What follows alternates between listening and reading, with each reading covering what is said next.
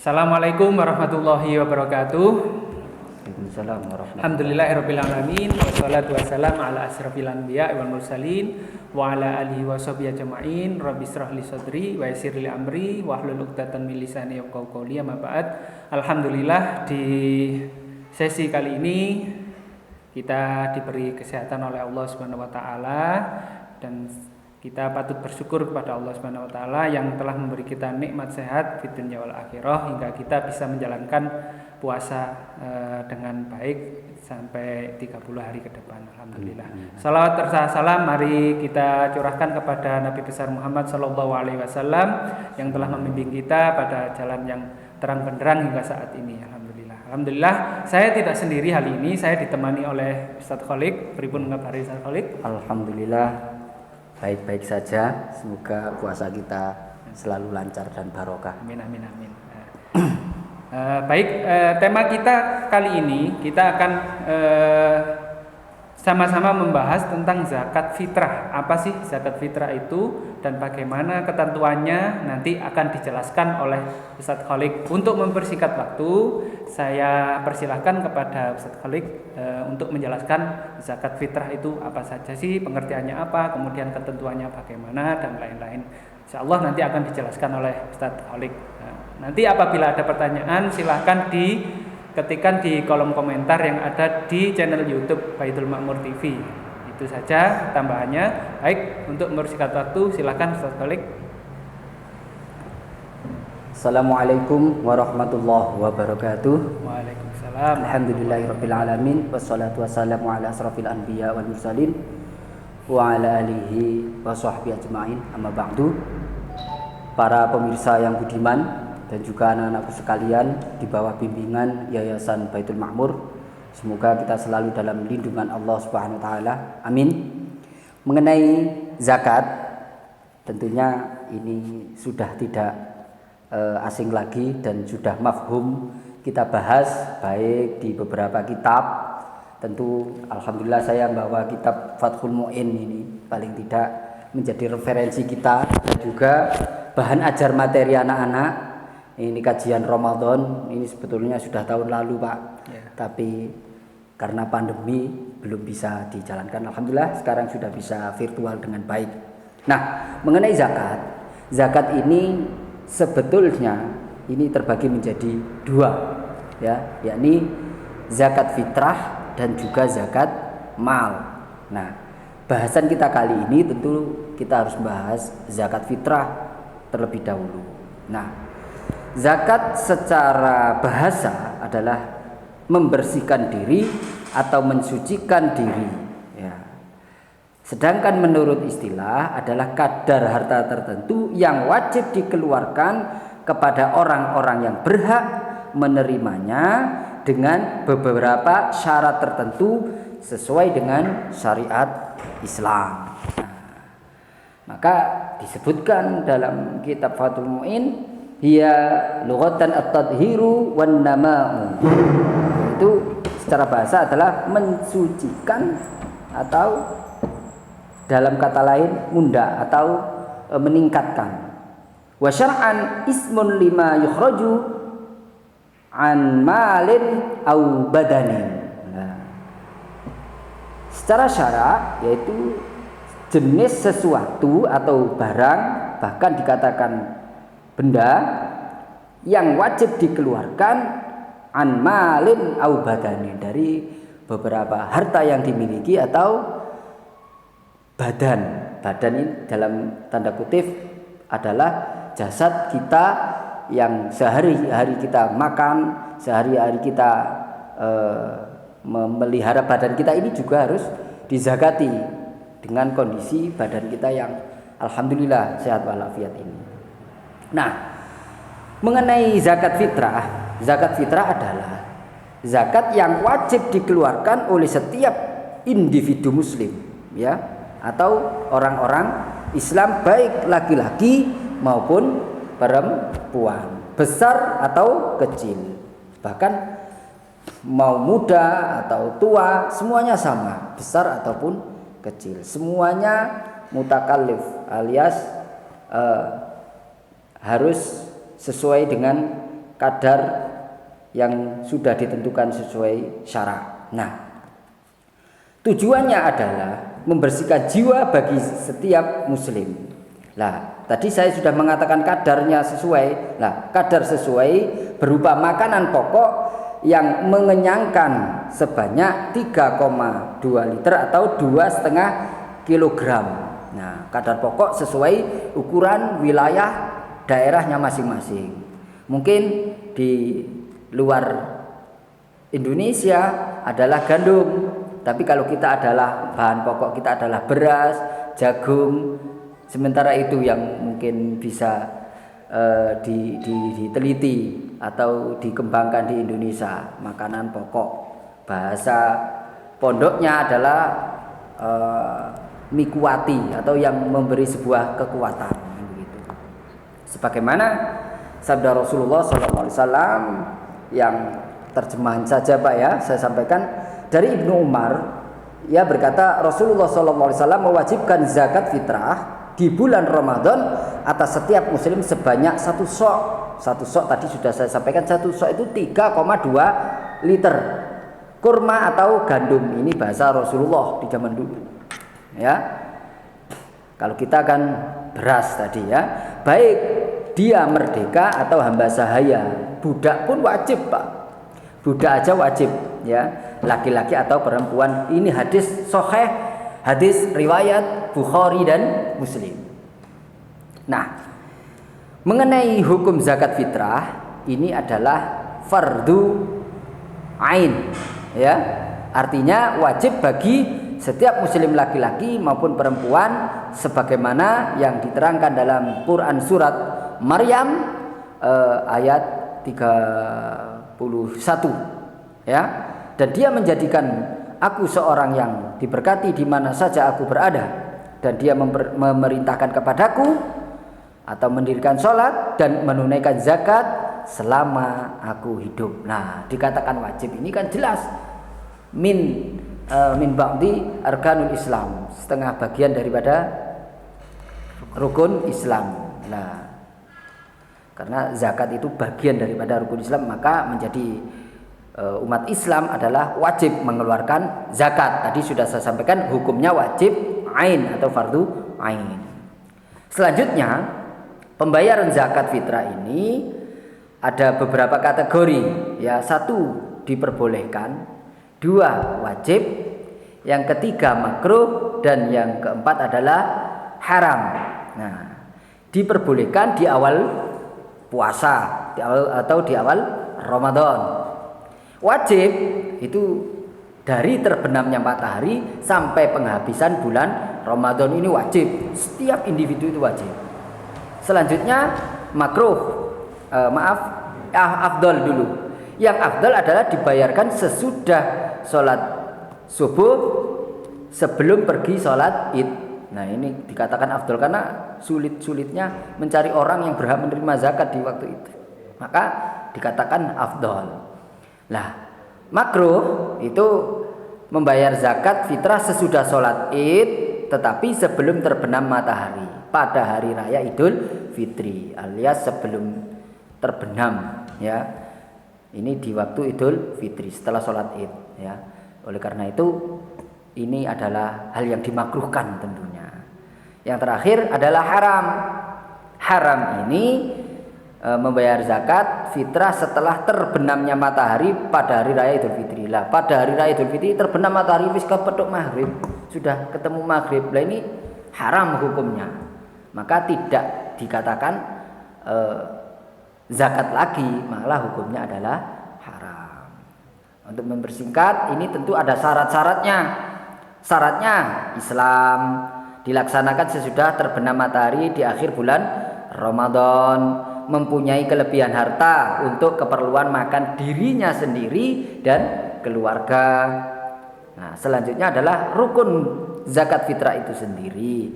1, tentu harus ada niat, karena innamal a'malu binniyat, itu sudah jelas. 2, yang wajib zakat adalah orang yang menzakatkan atau muzaki, itu harus ada. Masa nggak ada, kan nggak mungkin. Nah, yang ketiga adalah jelas adalah orang yang berhak menerima zakat atau mustahik yang sudah kalian kenal dengan 8 asnaf itu. Yang selanjutnya adalah makanan pokok yang dizakatkan. Sementara itu yang bisa disampaikan, mungkin bisa ditambahi atau disambung lagi nanti.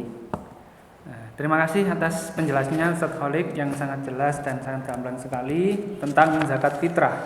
Bagaimana sih takaran zakat fitrah itu kalau di Indonesia dan di Arab. Kalau tadi kita sudah mendengarkan penjelasan dari Ustaz Kholik bahwa zaman Rasulullah SAW itu zakatnya berupa gandum dan kurma. Nah, kalau di Indonesia bagaimana? Itu seperti penjelasan Ustaz Kholik tadi, yaitu berupa bahan pokok yang ada di suatu wilayah. Nah, berhubung di wilayah kita Indonesia itu bahan pokok yang terpenting adalah beras, maka zakat yang digunakan di Indonesia adalah berupa beras. Kemudian bagaimana takarannya tadi? Kalau sesuai dengan kesepakatan atau yang dari penjelasan Ustaz Kholik tadi, 2,5 kilogram beras. Nah, mungkin itu saja tambahan dari penjelasan tentang zakat fitrah, pengertiannya, kemudian apa saja yang mewajibkan kita untuk zakat fitrah dan bagaimana niatnya dan apa saja yang berkaitan dengan zakat fitrah telah dijelaskan oleh Ustaz Kholik. Untuk selanjutnya saya persilahkan kepada Ustaz Kholik untuk melanjutkan penjelasan tentang zakat fitrah. Oke. Mengenai zakat fitrah ini tentu kita harus pahami juga siapa sih orang yang berhak menerima zakat itu. Tentu ini dalam kategori tanda kutip adalah mustahik, orang-orang yang berhak menerima zakat. Satu, yang pertama adalah fakir. Nah, fakir ini orang yang amat sengsara hidupnya. Kalau bahasan di kitab ini ya, di pegangan buku ini, tidak mempunyai harta dan tenaga untuk memenuhi kehidupannya atau penghidupannya. Artinya ini lebih daripada sekedar miskin, Pak. Maka untuk besok aja masih nyari lagi. Bekerja sekarang habis di waktu sekarang, sengsara sekali hidupnya. Itu kan bahasa lebih simpelnya adalah sengsara hidupnya. Ya. Yang kedua, yakni mustahik tersebut bernama miskin. Miskin ini yaitu orang yang tidak cukup penghidupannya dan dalam keadaan kekurangan. Nah, walaupun punya rumah.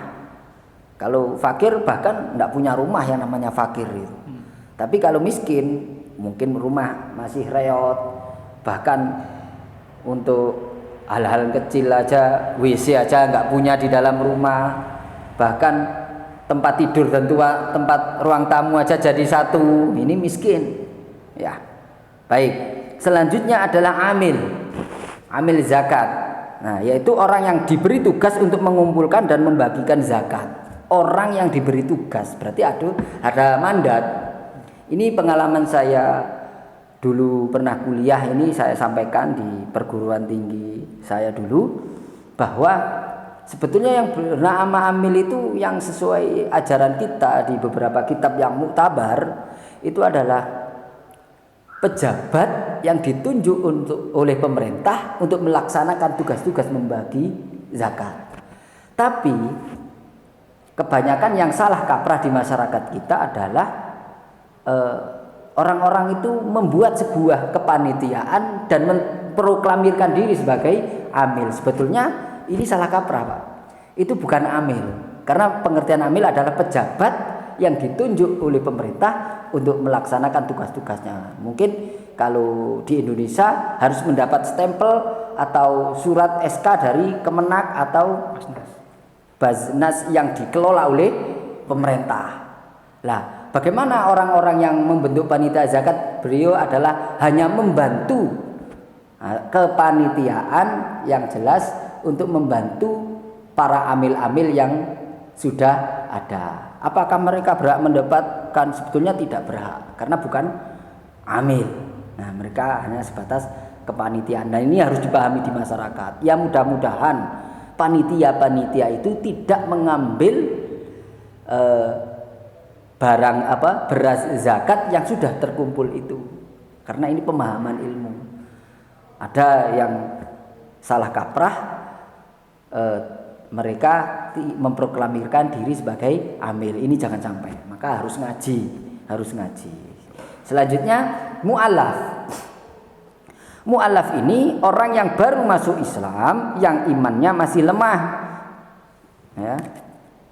Dan orang kafir yang ada harapan masuk Islam, disebutkan begitu. Masih ada harapan orang kafir masuk Islam ini masih kondisi kafir, mau menuju mu'allaf, ini juga dikatakan di sini mu'allaf, harapan, ada kata-kata harapan.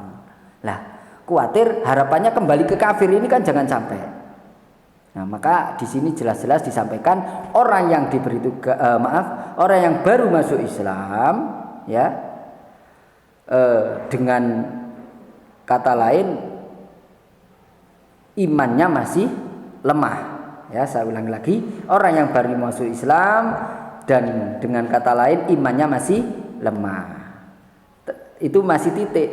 Selanjutnya dan orang kafir yang ada harapan masih masuk Islam. Ini sampai disebutkan seperti itu. Tapi kebanyakan pemahaman kita yang jelas mu'allaf saja, kan begitu. Padahal di sini sebutkan orang kafir yang ada harapan masuk Islam itu juga termasuk. Nah, kembali lagi kepada mu'allaf tadi, tidak pandang oh itu mu'allaf sebetulnya masih kaya, tidak begitu. Tapi untuk memperbaiki citra Islam sendiri di bidang sosial sebetulnya. Ini yang harus dipahami, kepedulian, ya, karena faktor keimanan. Selanjutnya adalah riqab. Riqab ini adalah hamba sahaya, mencakup juga untuk melepaskan muslim yang ditawan oleh orang-orang kafir atau tawanan-tawanan orang kafir terhadap muslim ini dulu. Kalau sekarang insya Allah yang namanya hamba sahaya, perbudakan sudah tidak ada. Singkat saja untuk soal itu, karena sudah tidak ada tadi, Pak. Gharib, yang selanjutnya adalah gharib. Gharib yaitu orang yang banyak berhutang untuk kepentingan yang bukan maksiat dan tidak sanggup membayarnya. Nah, yang jelas banyak hutang tidak untuk kepentingan maksiat, itu kata kuncinya. Kalau banyak hutang tapi kebutuhannya untuk maksiat, nah itu bukan termasuk gharib. Ini jangan sampai salah, makanya harus ngaji terlebih dahulu tadi untuk ditelaah kembali. Lanjut. Berikutnya adalah sabilillah, yaitu orang yang berjuang di jalan Allah untuk keperluan pertahanan Islam dan kaum muslimin untuk pertahanan. Ya. Yang namanya pertahanan apakah di masa berjuang atau tidak berjuang sama. Mau berjuang di waktu peperangan atau sesudah perjuangan tapi masih mempertahankan akidah-akidah umat Islam, ini termasuk sabilillah. Ya, di antaranya musafir atau orang yang berpendapat bahwa fisabilillah itu mencakup juga kepentingan ini mufassirin, ya, bukan musafir, beda. Mufassirin dan musafirin beda. Di sini adalah ahli tafsir yang berpendapat, ya, bahwa fisabilillah itu mencakup juga kepentingan-kepentingan umum seperti mendirikan madrasah. Ini ahli tafsir berpendapat seperti itu. Orang yang mendirikan madrasah, pondok pesantren, rumah sakit Islam yang jelas untuk kepentingan umat Islam, itu adalah termasuk sabilillah. Ini pendapat mufassirin. Maaf, saya tadi menyampaikan musafirin, salah, ya. Oke. Selanjutnya adalah ibnu sabil, yaitu orang yang sedang dalam perjalanan. Nah, ini musafir, ini baru musafir, yaitu yang bukan untuk maksiat, ya, dan kehabisan bekal sehingga mengalami kesengsaraan dalam perjalanannya. Sehingga untuk menuju perjalanan ini masih dalam kondisi kelaparan atau tidak punya bekal, ini adalah ibnu sabil. Termasuk di dalamnya ibnu sabil ini adalah orang-orang musafir. Saya kira itu yang bisa disampaikan, kurang lebihnya mohon maaf. Terima kasih atas penjelasan Pak Kholik. Alhamdulillah, terima kasih Ustaz Kholik penjelasannya berkaitan dengan mustahik dan amil zakat. Nah, apa sih mustahik? Bagaimana kriteria mustahik yang istilahnya adalah kalau dalam bahasa Indonesia itu orang yang berhak menerima zakat. Itu seperti yang disebutkan oleh Ustadz Kholik tadi, fakir, kemudian miskin atau kekurangan dan lain-lain, itu sebagaimana yang telah dijelaskan oleh Ustadz Kholik. Terima kasih Ustadz Kholik atas penjelasannya. Kemudian kita akan melanjutkan berkaitan dengan zakat fitrah yang pembahasan lainnya. Silakan. Oke, baik. Mengenai bahasan selanjutnya adalah zakat mal, ya. Zakat mal menurut bahasa berasal dari kata takziyah yang artinya ya betul, takziyah yang artinya menyucikan harta benda. Tazkiyah, ya ini salah kutip. Sedang menurut istilah, ya, kadar harta benda tertentu yang wajib dikeluarkan, ya, oleh umat Islam yang memenuhi syarat kepada orang yang berhak menerimanya. Tentu yang berhak menerima sudah kita bahas terlebih dahulu, ya. Lah, bagaimana hukum zakat mal? Ini tercantum dalam Quran surat At-Taubah ayat 103, ya. Ini tentu yang memenuhi syarat. Enggak semuanya orang melakukan zakat mal. Itu loh. Beda dengan zakat fitrah, itu fardu ain. Nah, bagaimana menurut Quran surat At-Taubah tentang zakat mal ini? Khudh min amwalihim shadaqatan tutahhiruhum wa tuzakkihim biha wa shalli alaihim. Inna salataka sakanun lahum wallahu sami'un alim. Ambillah zakat, jadi harus diambil, ya, dari sebagian harta mereka. Dengan zakat itu kamu membersihkan dan mensucikan mereka, dan mendoalah untuk mereka atau berdoalah untuk mereka, ya. Sesungguhnya doa kamu itu menjadi ketenteraman jiwa bagi mereka, dan Allah Maha mendengar lagi Maha mengetahui.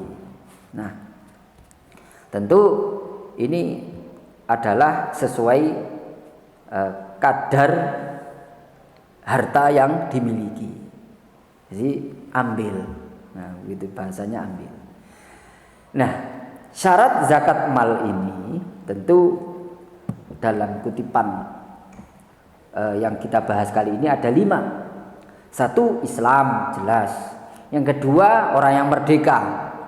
Kalau budak nggak mungkin, karena ini zakat mal. Beda dengan zakat fitrah, budak pun wajib untuk zakat fitrah, ini bedanya. Tapi kalau zakat mal harus merdeka. Yang ketiga, milik yang sempurna atau milkut tam. Sesuai bahasan fikih kita adalah milkut tam, milik yang sempurna. Yang keempat adalah cukup senisab. Nah, batas jumlah minimal, ya. Minimal itu berapa? Ada ukurannya nanti. Kalau kambing, harta ternak, ya, itu berapa nisabnya. Kalau zuruk yang namanya tanduran, tumbuh tanaman. Nah, bukan tumbuhan, Pak, tanaman, ya. Tanaman, entah itu kurma, entah itu tanaman-tanaman kebun, perkebunan, itu nisabnya bagaimana? Itu diatur nanti, pasti harus diketahui, ya. Dan yang jelas, yang terakhir adalah cukup haul. Nah, itu dalam 1 tahun. Dalam 1 tahun nisabnya berapa? Itu harus jelas. Nah, ini syarat-syarat zakat mal. Saya ulang kembali, zakat mal 1 syaratnya adalah Islam, 2 merdeka, 3 milik yang sempurna, ya, miliknya betul. Yang keempat, batasannya adalah jumlah minimal yang dikatakan sudah cukup nisabnya apa enggak. Yang kelima adalah sudah cukup 1 tahun apa enggak, yang namanya cukup dalam haul namanya. Nah, selanjutnya yakni adalah rukun zakat mal. Semuanya harus ada rukunnya. Satu, niat sudah barang tentu. Dua, orang yang berzakat atau muzaki.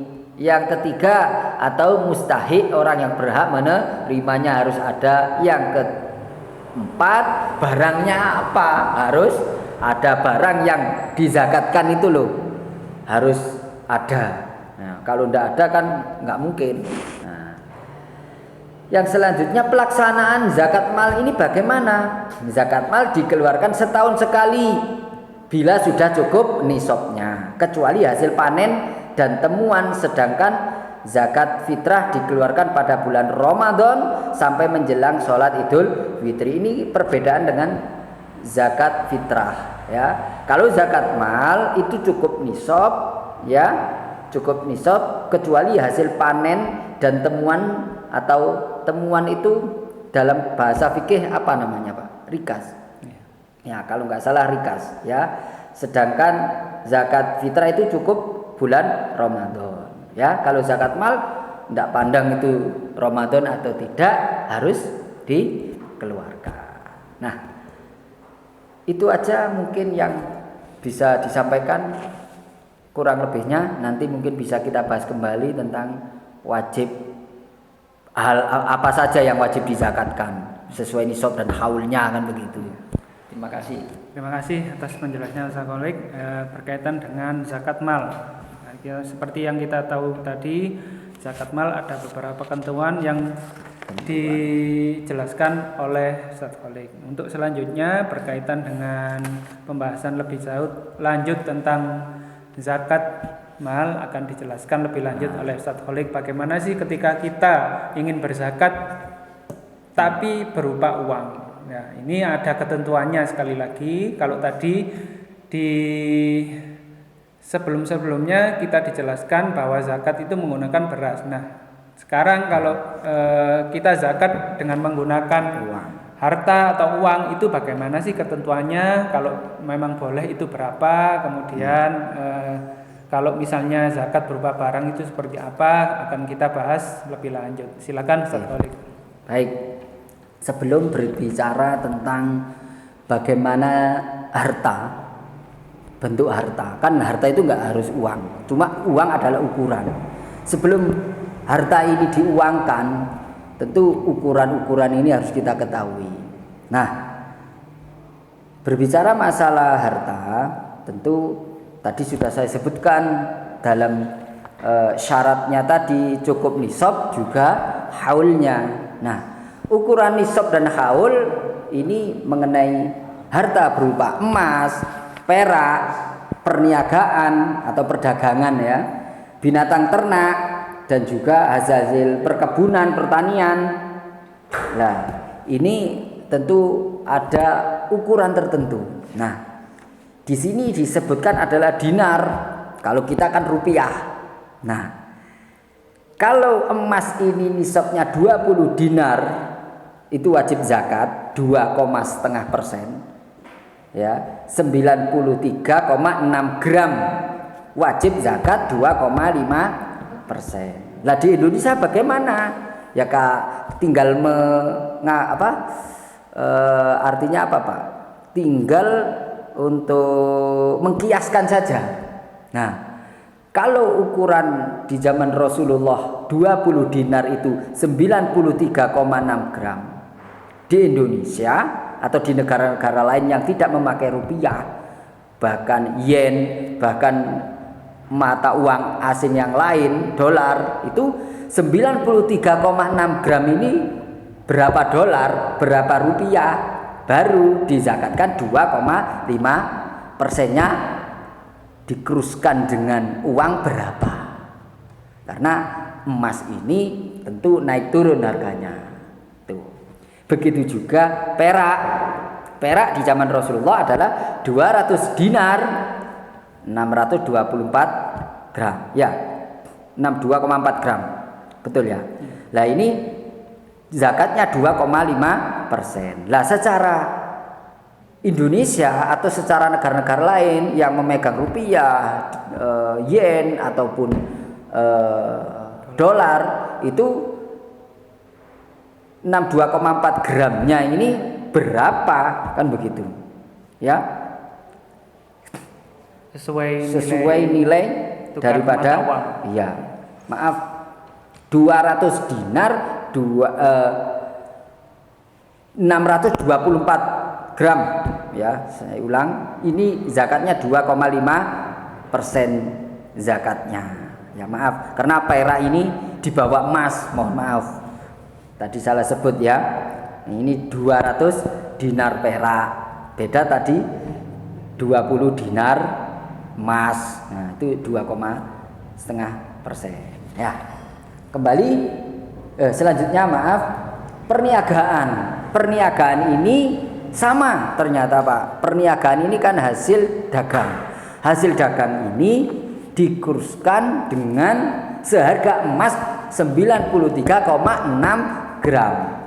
Berapa yang wajib dikeluarkan? Ya 2,5% sama dengan nilai emas. Selanjutnya binatang ternak atau domba, kambing ya. Kalau sapi beda lagi. 40 sampai 120 ekor, 1 ekor umur 2 tahun harus dizakatkan. Ya, ini langsung saja agak banyak, tentu harus dikaji dalam kitab-kitab yang lain, harus kita perdalam. Ini langsung saja saya bacakan ya. Domba juga sama 121 sampai 200 ekor dalam haul dan nisabnya. Nisabnya ya ini. Nisabnya jumlahnya 121 sampai 200 ekor dan ini harus dalam 1 tahun. Berapa yang harus dizakatkan? 2 ekor umur 2 tahun atau lebih dan lain sebagainya. Dan seterusnya begitu sesuai aturan fikih. Tabel-tabel fikih ini bisa kalian dapatkan di ya materi cuma jangan Google searching internet karena bisa jadi salah. Yang baik bagaimana? Yang baik adalah ya kita menghubungi Kemenak Pusat atau ahli-ahli agama di sekitar kita, guru-guru ngaji kita atau kiai-kiai kita, ulama-ulama kita harus memperdalam di situ agar tidak salah pemahaman. Terima kasih disampaikan. Ya. Terima kasih Ustaz Holik atas penjelasannya, cukup jelas sekali berkaitan dengan zakat mal, ketentuan-ketentuan zakat mal, kemudian apa saja yang dikeluarkan ketika kita ingin memutuskan untuk berzakat mal sesuai dengan kemampuan kita dan sesuai dengan aturan-aturan yang disepakati oleh Kementerian Agama. Itu saja penjelasan untuk hari ini. Terima kasih Ustaz Khalid atas penjelasannya. Cukup gamblang sekali bahwasanya di pertemuan pertama tadi kita sudah mendengarkan tentang penjelasan zakat fitrah dan yang kedua kita juga sudah mendengarkan penjelasan tentang zakat mal. Nah, apabila ada pertanyaan atau yang masih kurang dipahami oleh pemirsa Baitul Makmur TV dan anak-anakku sekalian, silahkan ditulis di kolom komentar yang ada di channel YouTube. Jangan lupa memberi keterangan nama dan alamat masing-masing. Kemudian yang terakhir sekali, mari kita tutup acara ini dengan bacaan hamdalah bersama-sama. Alhamdulillahirabbil alamin. Semoga puasa kita diterima oleh Allah Subhanahu wa taala dan semoga kita dipertemukan oleh puasa-puasa yang ada di tahun depan. Terima kasih atas perhatiannya. Saya selaku moderator dan pembawa acara, apabila ada salah kata yang kurang berkenan yang menyakiti hati pemirsa Baitul Makmur TV, saya mohon maaf yang sebesar-besarnya. Wallahul muwaffiq ila aqwamit thoriq. Wassalamualaikum warahmatullahi wabarakatuh. Waalaikumsalam warahmatullahi wabarakatuh.